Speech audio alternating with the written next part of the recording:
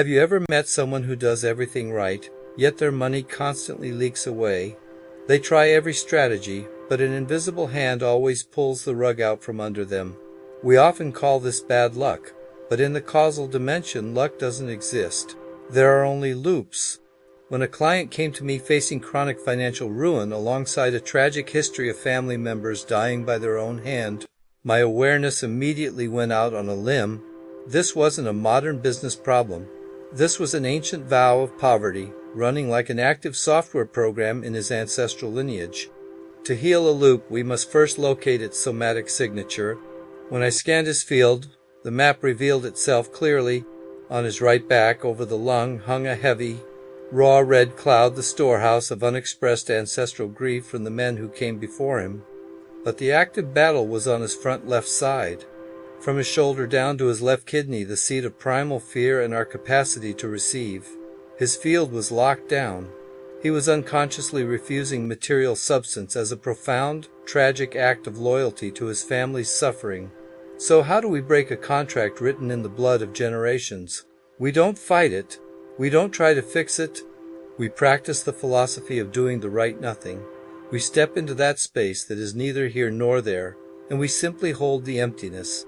As a practitioner, your body becomes the grounding wire. During this session, my system jerked violently, exhausting the ancient terror. 10 deep yawns and heavy tears bypassed my mind, processing the grief.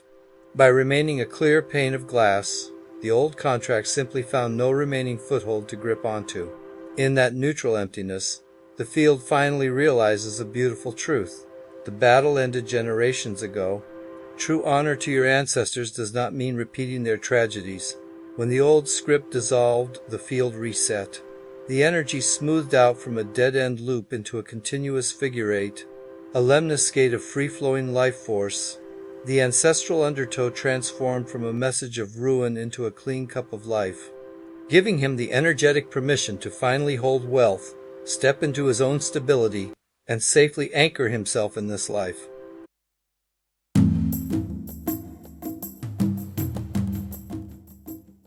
In my 40 years of working with subtle energy, I've learned that people rarely come to a healer with a simple problem. They come wrapped in armor. Take my client, Nora. For a long time, her awareness was trapped entirely inside her physical body, stopping tightly at her skin. Out in the world, she operated like a bulldozer, hyper-defensive, fiercely protecting her actions, and constantly attracting difficult, overbearing bosses.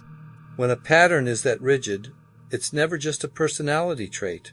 It's a survival strategy. Nora grew up with a very strict father, steeped in a traditional Chinese culture where hierarchy and obedience are deeply ingrained. To survive, her system learned to collapse its energy inward to stay safe, while building a massive defensive wall on the outside. But underneath the childhood story and the cultural blueprint, there was a hidden anchor holding the whole structure in place.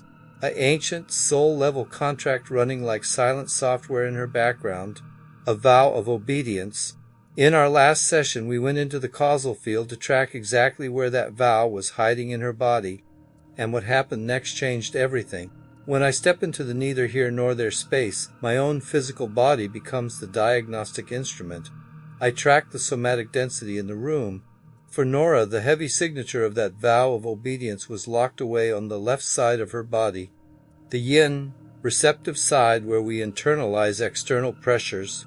I could feel a profound bracing along a rigid vertical channel, a direct path including her heart, her left lung, and her left kidney, the deep reservoir of ancestral fear and the instinct to submit.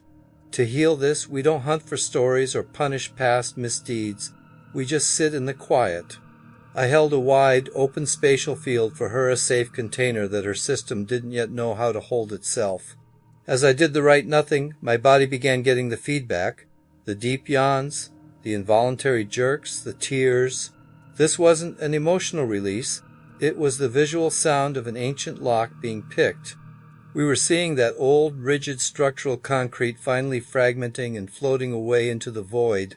Toward the end of our 15-minute session, the density shifted. I felt a lingering pressure right where her stomach and ribs meet. The solar plexus, the absolute seat of the personal will, That's where the vow of obedience clamps down like a heavy padlock to override sovereign choice. I didn't try to force it or fix it, I just stayed with the feeling. Slowly, the pressure began to lessen as the old structural concrete of that contract started to crumble. When we first started working together, Nora's awareness was trapped way down in her lower legs. Today she occupies her entire physical body, and as that ancient vow finally lost its grip, something extraordinary happened. Her energy did what it hasn't been safe enough to do in lifetimes. It breathed outward. Like a wellspring overflowing its container, her life force began to flood into the room, lighting up her spatial body. She didn't have to force the expansion. She just had to drop the armor. The bulldozer is finally parked, and Nora is finally free to occupy her whole space.